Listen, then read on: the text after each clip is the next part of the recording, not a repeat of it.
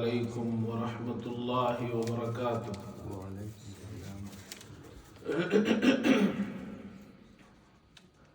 الحمد للہ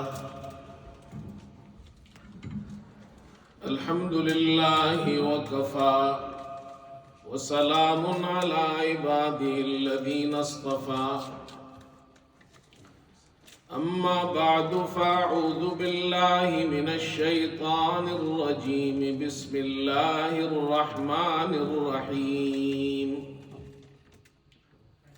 وَلِلَّهِ عَلَى النَّاسِ حِجُّ الْبَيْتِ مَنِ اسْتَطَاعَ إِلَيْهِ سَبِيلًا وَمَنْ كَفَرَ فَإِنَّ اللَّهَ غَنِيٌّ عَنِ الْعَالَمِينَ۔ وقال رسول الله صلى الله عليه وسلم: من حج لله فلم يرفث ولم يفسق رجع كيوم ولدته أمه۔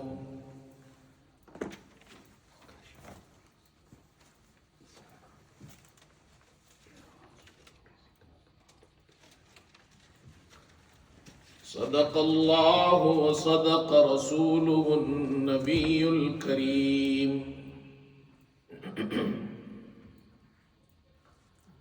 بزرگان محترم اور برادران عزیز، حج کے ایام اور حج کے دن قریب آ رہے ہیں۔ بہت سے حجاج بیت اللہ کی زیارت سے مشرف ہو گئے ہیں اور مکہ مکرمہ پہنچ گئے، اور حجاج کرام کے قافلے روانہ ہیں۔ اللہ تعالیٰ سے دعا ہے کہ اللہ تعالیٰ تمام حجاج کو خیر اور عافیت کے ساتھ بیت اللہ شریف پہنچائے، حج مبرور نصیب فرمائے، اور خیر و عافیت کے ساتھ اللہ تعالیٰ سب کو اپنے گھر تک واپس پہنچائے۔ ہم سب جانتے ہیں کہ حج ارکان اسلام میں سے ایک بڑا رکن ہے، اور حج یہ ایسی عبادت ہے جو مالی اور بدنی عبادت ہے۔ بدن سے بھی عبادت کی جاتی ہے کہ طواف کیا جاتا ہے، سعی کی جاتی ہے، وقوف عرفہ، وقوف مزدلفہ، اور مال کی بھی عبادت ہے کہ اس میں مال کا خرچ ہوتا ہے۔ اس لیے یہ مرکب عبادت ہے، مالی عبادت بھی ہے اور بدنی عبادت بھی ہے۔ اللہ رب العزت نے ہر مسلمان بالغ مرد اور عورت پر جو وہاں تک جانے کی استطاعت رکھتا ہو، اس پر زندگی میں ایک مرتبہ بیت اللہ کے حج کو فرض کر دیا ہے۔ اور حضرت صلی اللہ علیہ وسلم نے حج کی فضیلتیں بیان کی ہیں۔ قرآن پاک میں اللہ تعالیٰ ارشاد فرماتے ہیں: وَلِلَّهِ عَلَى النَّاسِ حِجُّ الْبَيْتِ مَنِ اسْتَطَاعَ إِلَيْهِ سَبِيلًا۔ لوگوں پر بیت اللہ کا حج اللہ کے لیے فرض کر دیا گیا ہے جو وہاں تک جانے کی استطاعت رکھتا ہو۔ جس کے پاس اتنا پیسہ ہو کہ وہ بیت اللہ کا حج کر سکتا ہے تو اس پر بیت اللہ کا حج فرض ہو جائے گا۔ اور جب حج فرض ہو جائے تو جمہور علماء یہ کہتے ہیں کہ حج میں تاخیر نہیں کرنی چاہیے۔ جس وقت حج کے داخلے ہوتے ہیں اس وقت کسی کے پاس اتنے پیسے ہو کہ وہ حج کر سکتا ہے تو حج کو ڈیلے کرنا، حج میں تاخیر کرنا یہ درست نہیں ہے، اور حج کو فی الفور ادا کرنا چاہیے۔ افضل یہی ہے کہ حج کو فی الفور ادا کریں، لیکن اگر کسی نے حج میں تاخیر کی ہے، حج اس پر فرض ہو گیا اور وہ ادا نہیں کرتا، 1 سال گزر گیا، 2 سال، 3 سال اور 5 سال اور 10 سال گزر گئے، اس کے بعد وہ حج ادا کرتا ہے تو بھی اس کا حج ادا ہو جائے گا۔ اللہ تعالیٰ فرماتے ہیں وَمَن كَفَرَ فَإِنَّ اللَّهَ غَنِيٌّ عَنِ الْعَالَمِينَ، جس نے انکار کیا حج کا تو اللہ رب العزت عالمین سے، تمام جہانوں سے بے نیاز ہے۔ اللہ کو ہمارے حج کی ضرورت نہیں ہے، ہمیں حج بیت اللہ کی ضرورت ہے۔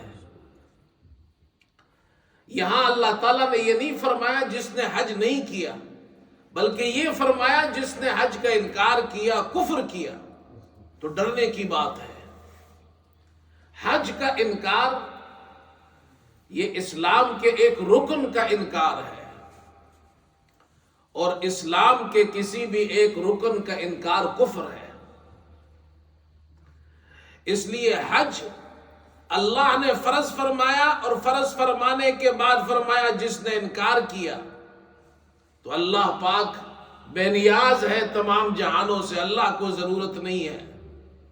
اس لیے علماء کہتے ہیں یہاں اللہ تعالیٰ نے حج نہ کرنے کا ذکر یہ نہیں فرمایا کہ جس نے حج نہیں کیا، بلکہ فرمایا جس نے حج کا انکار کیا، جس نے کفر کیا۔ یہ بڑے خطرے کی بات ہے کہ حج میں تاخیر نہ کرے۔ اسی لیے حضرت عمر رضی اللہ تعالی عنہ فرماتے ہیں کہ میں نے اس بات کا ارادہ کیا کہ میں شہروں میں لوگوں کو بھیجوں کہ وہ وہاں جا کر دیکھیں کہ جس شخص کے پاس اتنا مال ہے کہ وہ حج کر سکتا ہے پھر بھی وہ حج نہیں کرتا، تو میں ایسے لوگوں پر جزیہ لگا دوں۔ جزیہ مسلمان پر نہیں لگتا، مسلمان ملک میں جو غیر مسلم لگتے ہیں ان پر جزیہ لگتا ہے۔ فرمایا جو حج کر سکتے ہیں پھر بھی حج نہیں کرتے، حضرت عمر فرماتے ہیں میں نے یہ ارادہ کیا کہ میں ان پر جزیہ لگا دوں۔ ما ہم بمسلمین، ما ہم بمسلمین، یہ مسلمان نہیں ہے، یہ مسلمان نہیں ہے۔ اس لیے جن پر حج فرض ہو اور وہ حج نہ کرے اور اسی طرح دنیا سے چلے جائے تو یہ بڑے خطرے کی بات ہے۔ فوراً حج ادا کرنا چاہیے۔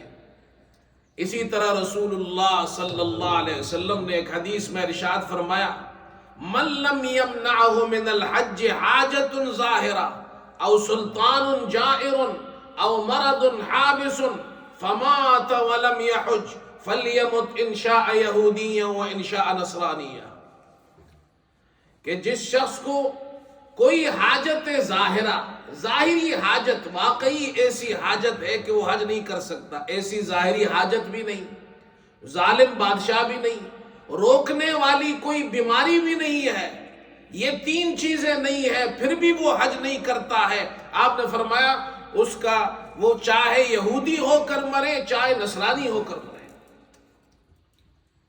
اس لیے میرے دوستو، حج اللہ نے جن پر فرض کیا ہے وہ پہلی فرصت میں حج ادا کرے۔ یہ نہ سوچے کہ جب میں بوڑھا ہو جاؤں گا، ریٹائرڈ ہو جاؤں گا، اس کے بعد حج کروں گا، اس کے بعد ہو سکتا ہے آپ کو موقع ہی نہ ملے۔ بڑھاپے میں حج آسان تو نہیں ہے، بڑھاپے میں حج بہت مشکل ہے۔ حج تو اللہ نے پیسہ دیا ہے، جوانی میں کرو، طاقت کے ساتھ، قوت کے ساتھ اچھی طرح حج ہوگا۔ رسول اللہ صلی اللہ علیہ وسلم نے حج کی فضیلتیں بیان فرمائی ہیں۔ فرمایا من حج للہ فلم يرفث ولم يفسق رجع كيوم ولدته امه، کتنی بڑی فضیلت ہے۔ اللہ کے رسول فرماتے جس نے اللہ کے لیے حج کیا اور اس میں رفث نہیں کیا، رفث عربی زبان کا لفظ ہے، میاں بیوی کے ملاپ کو کہتے ہیں۔ شوہر اور بیوی حج پر جاتے ہیں، حالت احرام میں میاں بیوی آپس میں مل نہیں سکتے ہیں، مباشرت نہیں کر سکتے ہیں۔ جس نے رفث نہیں کیا، میاں بیوی نے ملاپ نہیں کیا اور فسق اور گناہ کا کام نہیں کیا، رجع کیوم ولدتہ امہ، حاجی صاحب وہاں سے اس دن کی طرح لوٹتا ہے جس دن اس کی ماں نے اس کو جنا تھا۔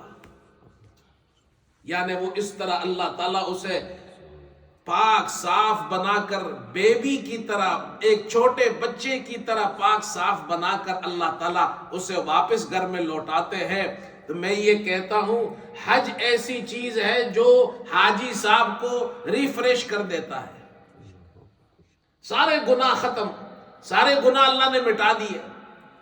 اور گناہوں کے مٹانے کا مطلب یہ صغیرہ گناہ معاف ہوتے ہیں، کبیرہ گناہ وہ نیک اعمال سے معاف نہیں ہوتے، وہ توبہ کرنی پڑتی ہے۔ تو عرفات جائے گا توبہ بھی کرے گا، اور جب حج جائے گا تو حج پر جانے سے پہلے لوگوں کے حقوق ادا کر کے جائے، تاکہ بندوں کا حق بھی نہ ہو اور اللہ کے حقوق میں عرفات میں توبہ کرے۔ جب دونوں حقوق ادا کرے گا تو صغیرہ گناہ بھی معاف ہو جائیں گے، کبیرہ گناہ بھی معاف ہو جائیں گے۔ پھر آپ صلی اللہ علیہ وسلم نے ایک حدیث میں ارشاد فرمایا، تابعوا بین الحج والعمرہ فإنہما ينفیان الفقر والذنوب۔ حج اور عمرہ یہ کے بعد دیگرے کیا کرو، بار بار کیا کرو۔ کچھ لوگ کہتے ہیں جی مولوی صاحب یہ آپ کیا باتیں کرتے ہیں، یہاں ہزاروں پاؤنڈ پر لوگ حج کرتے ہیں، لاکھوں روپیہ دے کر حج کرتے ہیں، یہ اتنا پیسہ نعوذ باللہ ضائع کرنے کی کیا ضرورت ہے، چیریٹی میں دے دو۔ تو میں یہ حدیث سناتا ہوں اور ایک بات کہتا ہوں، میں کہتا ہوں جتنے لوگ چیریٹی میں پیسہ دیتے ہیں، صدقہ خیرات کرتے ہیں، زیادہ تر وہی لوگ ہوتے ہیں جو نماز پڑھتے ہیں، حج اور عمرے کرتے ہیں۔ جو نماز نہیں پڑھتے، حج عمرے نہیں کرتے، ایسے ملحدین چیریٹی میں 1 روپیہ بھی نہیں دیتے ہیں، وہ صرف باتیں کرتے ہیں۔ ہمیشہ آپ مسجد میں دیکھیں گے نیک لوگ ہی چندہ دے رہے ہیں اور صدقہ خیرات کر رہے ہیں، اور آپ صلی اللہ علیہ وسلم فرما رہے ہیں حج اور عمرہ بار بار کرو، اس کے 2 فائدے ہیں، یہ گناہ کو بھی ختم کر دیتا ہے، حج اور عمرہ یہ دونوں گناہوں کو بھی ختم کرتے ہیں، فقر کو بھی ختم کرتے ہیں۔ دنیا میں آپ شادی پہ پیسہ لگائے پیسہ کم ہوگا، گھر بنانے میں پیسہ لگائے پیسہ کم ہوگا، گاڑی خریدی پیسہ کم ہو گیا، آپ نے گھر کے اندر اچھی چیزیں لگائی پیسہ کم ہوگا۔ اللہ کے رسول فرماتے ہیں حج سے فقر ختم ہوتا ہے، حج سے کوئی فقیر نہیں ہوتا، حج سے لوگ مالدار ہوتے ہیں۔ آپ اللہ کے گھر کی زیارت کے لیے پیسہ لگائے اور اللہ آپ کا پیسہ کم کرے۔ فرمایا یہ فقر کو اور گناہ کو اس طرح مٹا دیتے ہیں، کما ينفی الکیر خبث الحدید والذهب والفضہ، جیسے کہ بٹی لوہے کے گند کو، میل کو صاف کر دیتی ہے، سونا اور چاندی کو صاف کر دیتی ہے، جس طرح بٹی سونا چاندی لوہے کو صاف کرتی ہے، اسی طرح یہ حج اور عمرہ حاجی صاحب کو صاف اور پاک کر دیتے ہیں۔ اللہ تعالیٰ نے حج کو فرض فرمایا۔ حج کی فرضیت کب ہوئی؟ جمہور علماء یہ فرماتے ہیں، علامہ شامی رحمت اللہ علیہ نے یہ لکھا ہے کہ حج کی فرضیت 9 ہجری کو ہوئی، یعنی ہجرت کے 9ویں سال حج کی فرضیت ہوئی، مکہ فتح ہو گیا، اور ہجرت کے 9ویں سال اللہ تعالیٰ نے یہ آیت نازل فرمائی، وَلِلَّهِ عَلَى النَّاسِ حِجُّ الْبَيْتِ مَنِ اسْتَطَاعَ إِلَيْهِ سَبِيلًا، جو وہاں تک جانے کی طاقت رکھتا ہے ان لوگوں پر بیت اللہ کا حج کرنا فرض ہے۔ حضرت صلی اللہ علیہ وسلم نے جب حج مسلمانوں پر فرض ہو گیا سن 9 ہجری کو، تو آپ نے ابو بکر صدیق رضی اللہ تعالی عنہ کی امارت میں، ان کی امارت میں آپ صلی اللہ علیہ وسلم نے ابو بکر صدیق رضی اللہ تعالی عنہ کی امارت میں 300 صحابہ کو حج کے لیے روانہ فرمایا، آپ کو امام الحج بنایا، اور ابو بکر صدیق رضی اللہ تعالی عنہ مسلمانوں کے پہلے خلیفہ ہیں۔ ان کی شان یہ ہے ان کا مقام یہ ہے کہ اسلام میں دو چیزوں میں امامت کی ضرورت پڑتی ہے. ایک نماز میں امام کی ضرورت ہے اور ایک حج میں امام کی ضرورت ہے. اسی لیے سعودی حکومت ہر سال ایک امام مقرر کرتی ہے، اس کو امام الحج کہا جاتا ہے. ایک نماز پڑھانے والے امام الصلاح، حج جن کی عمارت میں کیا جاتا ہے امام الحج. آپ صلی اللہ علیہ وسلم مرض الوفات میں جب آپ نماز نہیں پڑھا سکتے تھے، آپ نے ابو بکر صدیق رضی اللہ عنہ کو امام الصلاح، نماز کا امام بنایا. مرو ابا بکر فلیصلی بالناس، جاؤ ابو بکر سے کہو لوگوں کو نماز پڑھائے. امام الصلاح. اور جب 9 ہجری میں آپ صلی اللہ علیہ وسلم نے صحابہ کو حج کے لیے بھیجا تو ابو بکر صدیق رضی اللہ عنہ کو امام الحج بنایا، جن کی امامت میں حضرت علی رضی اللہ عنہ نے بھی حج ادا کیا. تو امام الحج بھی آپ کو بنایا، امام الصلاح بھی آپ کو بنایا.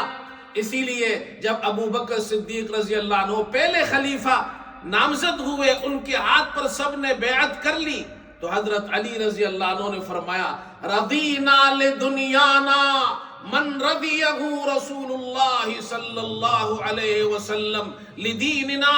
جس ہستی کو یعنی ابو بکر کو اللہ کے رسول نے ہمارے دین کی امامت کے لیے پسند فرمایا، ہم نے اسی ہستی کو اللہ کے رسول کے بعد دنیا کی امامت کے لیے پسند فرمایا. اللہ اکبر، یہ ان کی شان ہے. جب آپ صلی اللہ علیہ وسلم نے سن 9 ہجری میں ابو بکر صدیق رضی اللہ عنہ کو حج کا امیر بنایا، امام الحج بنایا، ان کی عمارت میں 300 صحابہ کو روانہ کیا، جاؤ حج ادا کرو. اسلام کا پہلا حج ہے. ابو بکر صدیق رضی اللہ عنہ صحابہ کو لے کر مکے کی طرف روانہ ہو گئے، امام الحج بن گئے. اتنے میں اللہ نے سورہ توبہ کی ابتدائی آیات نازل فرمائی. 40 آیتیں حضرت صلی اللہ علیہ وسلم نے حضرت علی رضی اللہ عنہ کو بلایا. عربوں کا دستور یہ تھا کہ جب کوئی بڑا اعلان کیا جاتا تو وہ یا تو سردار کرتا یا سردار کا قریبی رشتہ دار وہ کرتا. اور ان آیات کے اندر اللہ نے حکم دیا ہے کہ مکے میں جا کر مکہ فتح ہو گیا، اب یہ اعلان کرو کہ اللہ اور رسول مشرکین سے بیزار ہے، 4 مہینے کی مہلت ہے، یہاں سے نکل جاؤ اگر اسلام نہیں لاتے. اب یہ اعلان کرنا تھا. آپ نے حضرت علی رضی اللہ عنہ کو بلایا، فرمایا جاؤ یہ آیتیں لے جا کر وہاں پڑھو حج میں اور یہ اعلان کر دو، اور اس کے ساتھ ساتھ یہ بھی اعلان کرو کہ اگلے سال کوئی مشرک حج نہیں کرے گا اور اگلے سال کوئی ننگا طواف نہیں کرے گا. یعنی آج کے بعد کوئی ننگا طواف نہیں ہوگا بیت اللہ کا. اب مکہ فتح ہو گیا ہے، آج کے بعد اب یہ حج ہو رہا ہے، مسلمان حج کر رہے ہیں، اگلے سال کوئی مشرک حج نہیں کرے گا اور اب سے بیت اللہ کا کوئی ننگا طواف نہیں ہوگا. حضرت علی رضی اللہ عنہ روانہ ہو گئے. ابو بکر صدیق رضی اللہ عنہ سے جا کر ملے اور اللہ کے رسول نے حضرت علی کو اپنی اونٹنی دی تھی. حضرت ابو بکر صدیق رضی اللہ عنہ نے اونٹنی کی آواز سنی تو آواز سن کر پہچان لیا یہ رسول اللہ کی اونٹنی ہے صلی اللہ علیہ وسلم. صحابہ کیسے عاشق تھے، حضور کے محب تھے کہ حضور صلی اللہ علیہ وسلم کی اونٹنی کے آواز کو بھی پہچانتے تھے. فرمایا وہ سمجھے اللہ کے رسول تشریف لائے ہیں. باہر آئے، دیکھا حضرت علی رضی اللہ عنہ ہے. پہلا سوال یہ کیا، اے علی یہ بتاؤ امیر بن کر آئے ہو یا مامور بن کر آئے ہو؟ اللہ کے رسول نے اگر آپ کو امیر بنایا ہے، آپ تشریف لائے، آپ امیر ہیں، میں آپ کی امارت میں حج ادا کروں گا. حضرت علی نے فرمایا نہیں، میں آپ کی امامت میں حج کروں گا، آپ ہی ہمارے امیر ہیں، میں آپ کا مامور ہوں. اللہ کے رسول نے مجھے صرف اعلان کے لیے بھیجا ہے، حج آپ کی امارت میں ہوگا، اعلان میں کروں گا. یہ پہلا حج ہے مسلمانوں کا، اور اللہ نے قرآن میں اس کا ذکر فرمایا ہے۔ سورہ توبہ کی ابتدائی آیات فرمایا براءۃ من اللہ ورسولہ الی الناس، براءۃ من اللہ ورسولہ الی الذین عاہدتم من المشرکین، جن مشرکین سے تم نے عہد کیا ہے ان کو یہ اعلان کر کے سنا دو کہ اللہ اور رسول صلی اللہ علیہ وسلم کا ان سے بیزاری کا اعلان ہے۔ فَسِيحُوا فِي الْأَرْضِ أَرْبَعَةَ أَشْهُرٍ وَاعْلَمُوا أَنَّكُمْ غَيْرُ مُعْجِزِ اللَّهِ وَأَنَّ اللَّهَ مُخْزِي الْكَافِرِينَ۔ مشرکوں سے اللہ فرما رہے زمین میں چلو پھرو 4 مہینے، اللہ کافروں کو رسوا کرنے والا ہے، 4 مہینے بعد پھر تمہیں مکہ میں رہنے کی اجازت نہیں ہے۔ وَأَذَانٌ مِّنَ اللَّهِ وَرَسُولِهِ إِلَى النَّاسِ يَوْمَ الْحَجِّ الْأَكْبَرِ أَنَّ اللَّهَ بَرِيءٌ مِّنَ الْمُشْرِكِينَ وَرَسُولُهُ۔ حج اکبر کے دن اللہ اور رسول کی طرف سے یہ اعلان ہے کہ اللہ اور رسول مشرکین سے بیزار ہے۔ یہ پہلا حج ہے، یہ آیت اللہ نے نازل فرمائی۔ اب اس آیت میں غور و فکر کرے، ایک مسئلہ اور بھی بیان کر دیتا ہوں۔ ہمارے یہاں عام طور پر لوگ یہ کہتے ہیں کہ جب وقوف عرفہ، جب حاجی عرفات میں ٹھہرتے ہیں، 9 ذی الحجہ کو وقوف عرفہ ہوتا ہے، اگر 9 ذی الحجہ کا دن جمعے کا دن ہو تو پھر ہم لوگ کہتے ہیں یہ حج اکبر ہے۔ ایسا ہی یا نہیں؟ اور باقی جو حج ہے اس کو حج اکبر نہیں کہتے ہیں، یہ غلط بات ہے۔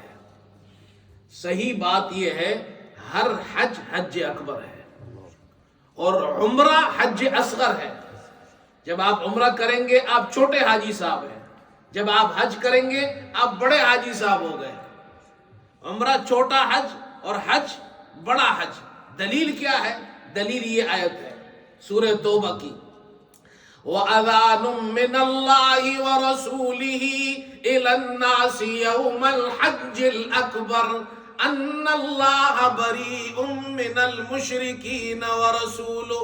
حج اکبر کے دن اللہ اور رسول کی طرف سے یہ اعلان ہے کہ اللہ اور رسول مشرکین سے بیزار ہے۔ یہ آیت سن 9 ہجری کو نازل ہوئی، اور اس سال نازل ہوئی جس سال ابو بکر صدیق رضی اللہ عنہ کو اللہ کے رسول نے حج کے لیے امام بنا کر بھیجا، اور صحابہ نے آپ کی امامت میں حج ادا کیا۔ حضرت علی رضی اللہ عنہ نے بھی آپ کی امامت میں حج ادا کیا۔ اور ہم سب جانتے ہیں، سب علماء کا اتفاق ہے کہ جس سال ابو بکر صدیق رضی اللہ عنہ نے حج ادا کیا، اسی حج کے اندر یہ اعلان ہوا، یہ آیتیں نازل ہوئی، حج اکبر کا ذکر اس آیت میں آیا۔ اور اس سال جو حج ہوا ابو بکر صدیق رضی اللہ عنہ کی امارت میں، اس حج کے اندر 9 ذی الحجہ عرفے کا دن جمعے کا دن نہیں تھا۔ اس کے باوجود اللہ فرما رہے یوم الحج الاکبر۔ معلوم ہوا عرفے کا دن جمعے کا دن نہ ہو، وہ حج اکبر ہے۔ اللہ قرآن میں اسے حج اکبر کہہ رہے ہیں۔ اس لیے میں کہتا ہوں صدیق اکبر کا حج حج اکبر تھا، صدیق اکبر کا حج حج اکبر تھا۔ ہاں اتنی بات سمجھ لیجئے، اللہ کے رسول صلی اللہ علیہ وسلم نے جب اگلے سال 10 ہجری کو حج ادا فرمایا تو اس سال عرفے کا دن جمعے کے دن تھا، یعنی عرفہ، وقوف عرفہ جمعے کے دن تھا۔ اس لیے اگر کسی شخص کو یہ فضیلت مل جائے کہ وقوف عرفہ جمعے کے دن کرے تو اچھی بات ہے، اللہ کے رسول صلی اللہ علیہ وسلم کے حج کے ساتھ اس کے حج کی مشابہت ہو جائے گی۔ یہ مشابہت بھی بڑی قیمتی چیز ہے، لیکن اس کا یہ معنی نہیں ہے کہ باقی حج حج اکبر نہیں ہے۔ ہر حج حج اکبر ہے۔ اللہ اکبر۔ جو بھی حاجی صاحب حج کرے گا بڑا حاجی بنے گا۔ اللہ سب کو بڑا حج نصیب فرمائے۔ حج کیا ہے؟ وقت مختصر ہے، اس لیے میں چند باتیں عرض کرتا ہوں. خاص طور پر جو لوگ حج کے لیے جا رہے ہیں ان کا شوق بڑھے گا، وہ محبت کے ساتھ شوق کے ساتھ حج کریں گے کہ ہم اتنا بڑا عمل ادا کر رہے ہیں. حج عربی زبان کا لفظ ہے، کسی عظیم چیز کے قصد کو حج کہتے ہیں، اور شریعت کی اصطلاح میں بیت اللہ کی زیارت کا قصد کرنا مخصوص زمانے میں مخصوص افعال کے ساتھ مخصوص شرائط کے ساتھ. مخصوص زمانہ کون سا ہے؟ 8 ذوالحجہ سے لے کر 12 ذوالحجہ تک یا 13 ذوالحجہ تک. مخصوص افعال کیا ہے؟ طواف کرنا، سعی کرنا، وقوف عرفہ، وقوف مزدلفہ وغیرہ. مخصوص شرائط ہے، مسلمان ہو، عاقل ہو، بالغ ہو، اس قسم کے شرائط. ان مخصوص افعال مخصوص اوقات میں مخصوص شرائط کے ساتھ بیت اللہ کی زیارت کا قصد کرنا، اس کو حج کہتے ہیں. اور میں تو یہ کہتا ہوں کہ حج کیا ہے، وہ تو علماء نے تعریف کی ہے، لیکن میں یہ کہتا ہوں سمجھانے کے لیے تاکہ آپ کے اندر حج کی محبت پیدا ہو، شوق پیدا ہو. غور کرے حج شروع کہاں ہوتا ہے اور ختم کہاں ہوتا ہے.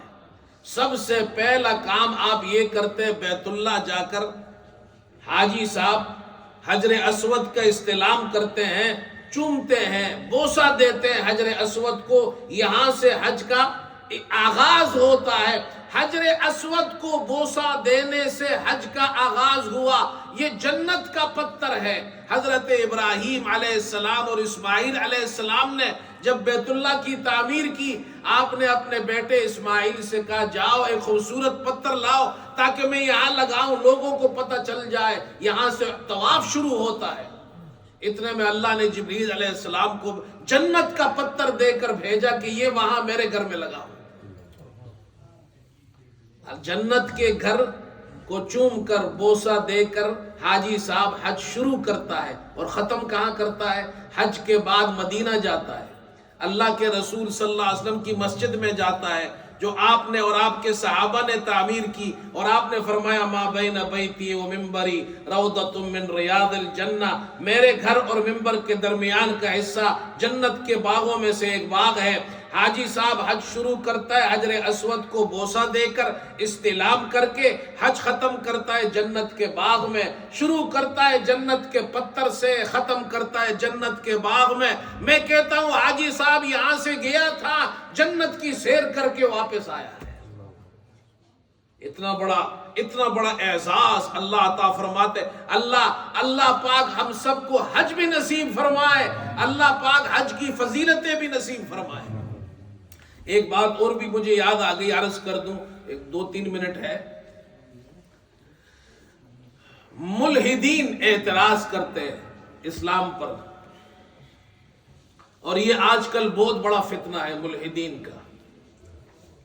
وہ اعتراض یہ کرتے ہیں کہ تم مسلمان بیت اللہ کی پرستش کرتے ہو، طواف کرتے ہو، بیت اللہ کا سجدہ کرتے ہو، تم تو کہتے ہو ہم خدا کو اللہ کے ساتھ کسی کو شریک نہیں کرتے ہیں، تم تو بیت اللہ کو اللہ کے ساتھ شریک کرتے ہو، سجدہ کرتے ہو، بیت اللہ کی پرستش کرتے ہو، اور وہ جو گھر ہے وہ پتھروں کا گھر، دیواروں کی پرستش کرتے ہو. تم میں اور بت پرست میں کیا فرق ہے؟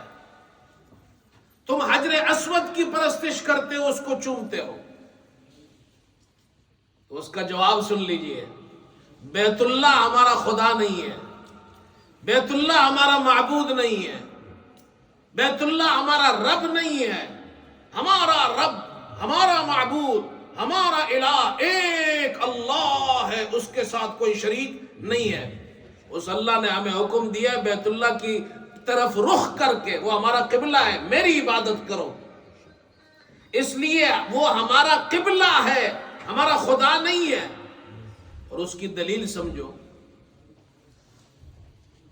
تم کہتے ہو وہ تمہارا خدا ہے، تو خدا کے اوپر کوئی چڑھتا ہے؟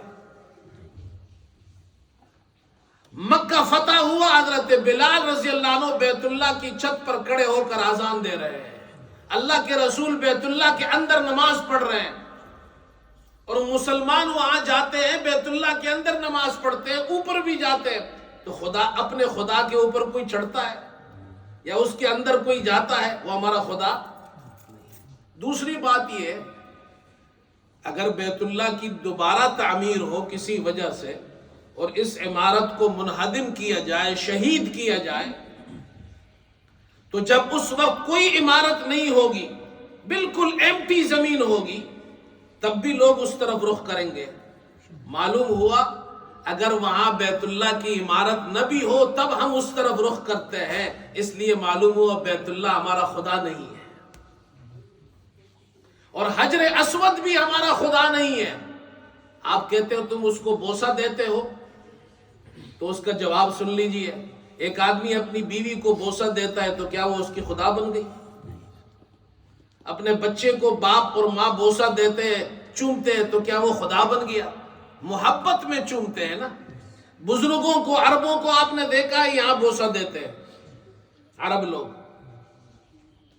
یہ محبت میں ہے۔ محبت میں بوسہ دینے سے خدا نہیں بنتا۔ پھر وہ ہم سے کہیں گے جی آپ حجر اسود سے محبت کیوں کرتے ہیں؟ تو یہ آپ ہماری مرضی ہے۔ ہم حجر اسود سے اس لیے محبت کرتے ہیں، وہ بھی آپ کو جواب دے دیتے ہیں، اس لیے کہ اللہ کے رسول صلی اللہ علیہ وسلم کو پسند تھا، اور جو اللہ کے رسول کو پسند ہے وہ ہماری پسند ہے۔ پھر وہ پوچھیں گے اللہ کے رسول کو کیوں پسند تھا؟ تو اس کا جواب بھی ہم دے دیتے ہیں۔ بیت اللہ پر انوارات اترتے ہیں۔